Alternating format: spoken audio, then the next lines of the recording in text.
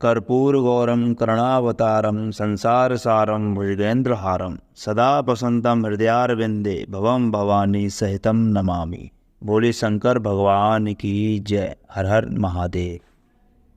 प्रिय श्रोताओं, इस वीडियो के माध्यम से हम आपको बताएंगे श्रावण मास में कौन से कार्य विहित हैं, कौन से कार्य करने चाहिए और कौन से कार्य नहीं करने चाहिए, जिससे कि भोले बाबा हमसे रुष्ट ना हो। भगवान कहते हैं, हे महाभाग, आपने उचित बात कही है। हे ब्रह्मपुत्र, आप विनम्र, गुणी, श्रद्धालु और भक्ति संपन्न श्रोता हैं। आपने श्रावण मास के विषय में विनम्रता पूर्वक जो पूछा है तथा जो नहीं भी पूछा है वैसा अत्यंत हर्ष तथा प्रेम के साथ मैं आपको बताऊंगा। द्वेष न करने वाला सबके प्रिय होता है और आप उसी प्रकार से विनम्र हैं, क्योंकि मैंने आपके अभिमानी पिता ब्रह्मा का 5वां मस्तक काट दिया था, तो भी आप उस देश भाव का त्याग करके मेरी शरण को प्राप्त हुए हैं। अतः हे तात, मैं आपको सब कुछ बताऊंगा, आप एकाग्रचित होकर के सुनिए। मनुष्य को चाहिए कि श्रावण मास में नियम पूर्वक व्रत करे और पूरे महीने भर प्रतिदिन भगवान शिव का रुद्राभिषेक करे। अपनी प्रत्येक प्रिय वस्तु का इस मास में त्याग कर देना चाहिए। पुष्पों, दलों, तुलसी की मंजरी तथा तुलसी दलों तथा बेरों पत्रों से शिवजी का लक्ष्य पूजा करनी चाहिए। 1 करोड़ शिवलिंग बनाना चाहिए और ब्राह्मणों को भोजन कराना चाहिए। महीने भर व्रत धारण तथा उपवास करना चाहिए। इस मास में मेरे लिए अत्यंत प्रीतिकर पंचामृत से अभिषेक करना चाहिए।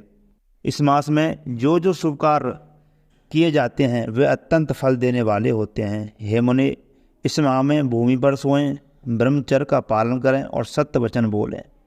इस माह को बिना व्रत के कभी व्यतीत नहीं करना चाहिए। फलाहार अथवा अविष्यान ग्रहण करना चाहिए। पत्ते पर भोजन करना चाहिए। व्रत करने वाले को चाहिए कि इस मास में शाक का पूर्ण रूप से परित्याग कर दे। हे मुनिश्रेष्ठ, इस मास में भक्तियुक्त होकर मनुष्य को किसी न किसी व्रत को अवश्य करते रहना चाहिए। सदाचार परायण भूमि पर शयन करना, प्रातः स्नान करने वाला और जितेंद्रिय होकर मनुष्य को एकाग्र किए मन से प्रतिदिन मेरी पूजा करनी चाहिए। इस मास में किया गया पुरस्चरण निश्चित रूप से मंत्रों की सिद्धि करने वाला होता है। इस मास में शिवजी के षडाक्षर मंत्र का जप तथा गायत्री मंत्र का जप करना चाहिए और शिवजी की प्रदक्षिणा, नमस्कार तथा वेद पारायण का पाठ करना चाहिए। पुरुष सूक्त का पाठ अधिक फल देने वाला होता है। इस मास में किया गया गृह यज्ञ, कोटि होम, लक्ष्य होम तथा अंतिम होम शीघ्र ही फलीभूत होता है और अभिष्ट फल प्रदान करता है। जो मनुष्य इस माह में एक भी दिन व्रतहीन व्यतीत करता है वह महाप्रलय पर्यंत घोर नरक में वास करता है। यह मास मुझे जितना प्रिय है उतना कोई अन्य मास प्रिय नहीं है। यह मास सकाम व्यक्ति को अभिष्ट फल देने वाला तथा निष्काम व्यक्ति को मोक्ष प्रदान करने वाला है। इस मास के जो व्रत तथा धर्म हैं उन्हें मुझसे सुनिए। रविवार और सूर्य व्रत तथा सोमवार को मेरी पूजा व नक्त भोजन करना चाहिए। श्रावण मास के पहले सोमवार से प्रारंभ करके 3.5 महीने का रोटक नामक व्रत किया जाता है। यह व्रत सभी मनोवांछित फल देने वाला है। मंगलवार को मंगल गौरी का व्रत, बुधवार एवं बृहस्पतिवार के दिन इन दोनों वारों का व्रत, शुक्रवार को जीवंती का व्रत तथा शनिवार को हनुमान तथा नृसिंह का व्रत करना बताया गया है। हे मुनि, अब तिथियों में किए जाने वाले व्रतों का श्रवण करें। श्रावण के शुक्ल पक्ष की द्वितीय तिथि को आटुम्बर नामक व्रत होता है। श्रावण के शुक्ल पक्ष की तृतीय तिथि को गौरी व्रत होता है। इसी प्रकार शुक्ल की चतुर्थी तिथि को दुर्वा गणपति नामक व्रत किया जाता है। हे मुनि, उसी चतुर्थी का दूसरा नाम विनायक चतुर्थी भी है। शुक्ल पक्ष में पंचमी तिथि नागों के लिए पूजन के लिए प्रशस्त होती है। हे मुनि श्रेष्ठ, इस पंचमी को रौरव कल्पादि नाम से जानिए। षष्ठी तिथि को सुपोदन व्रत और सप्तमी तिथि को शीतला अष्टमी का व्रत होता है। अष्टमी अथवा चतुर्दशी तिथि को देवी का पवित्रारोपण व्रत होता है। इस माह के शुक्ल तथा कृष्ण पक्ष की दोनों नौमी तिथियों को नक्त व्रत करना बताया गया है। शुक्ल पक्ष की 10वीं तिथि को आशा नामक व्रत होता है। इस मास में दोनों पक्षों में दोनों एकादशी तिथियों को इस व्रत की कुछ विशेषता बताई गई है। श्रावण मास के शुक्ल पक्ष की द्वादशी तिथि को श्री विष्णु का पवित्र रोपण व्रत बताया गया है। इस द्वादशी तिथि में भगवान श्रीधर की पूजा करके मनुष्य परम गति को प्राप्त करता है। उत्सर्जन, उपाकर्म, सवादीप, सवा के उपाकर्म, इसके बाद रक्षाबंधन, पुनः श्रवणाकर्म, सर्वबली और हैग्रीव का अवतार, ये 7 कर्म पूर्णमासी तिथि को करने हेतु बताए गए हैं। श्रावण मास के कृष्ण पक्ष की चतुर्थी तिथि को संकष्टी चतुर्थी का व्रत बताया गया है और श्रावण मास के कृष्ण पक्ष की पंचमी तिथि के दिन मानव कल्पाति नामक व्रत को जानना चाहिए। हे द्विजोत्तम, कृष्ण पक्ष की अष्टमी तिथि को श्री कृष्ण का पूर्णावतार हुआ, इस दिन उनका अवतार हुआ, अतः उनका उत्सव के साथ इस दिन व्रत करना चाहिए। हे मुनिश्रेष्ठ, इस अष्टमी को मनवादी तिथि जानना चाहिए। श्रावण मास की अमावस्या तिथि को पिठोरा व्रत कहा गया है। इस तिथि में कुशों का ग्रहण और वृषभों का पूजन किया जाता है।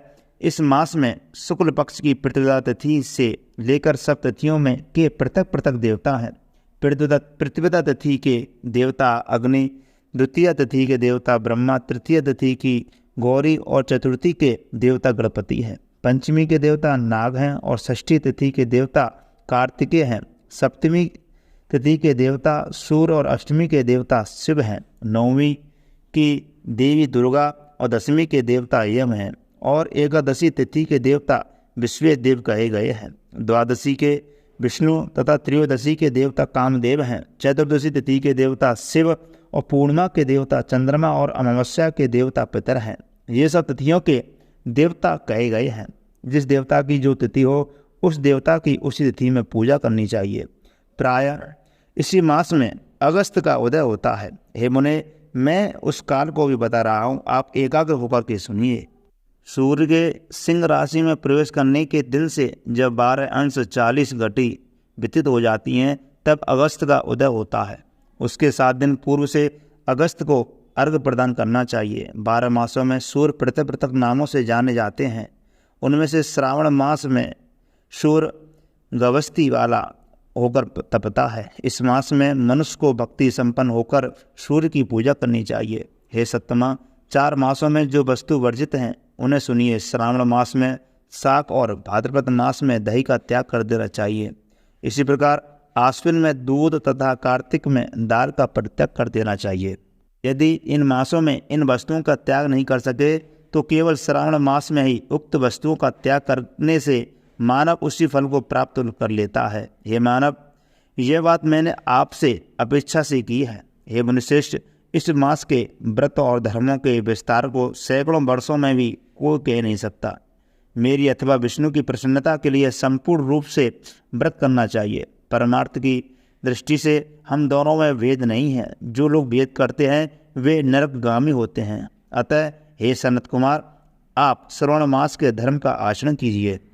बोलिए शंकर भगवान की जय। इस वीडियो में इतना ही। अगर आपको यह वीडियो पसंद आई हो तो कृपा करके लाइक करें और कमेंट बॉक्स में हर हर महादेव अवश्य लिखें। जय श्री राधे।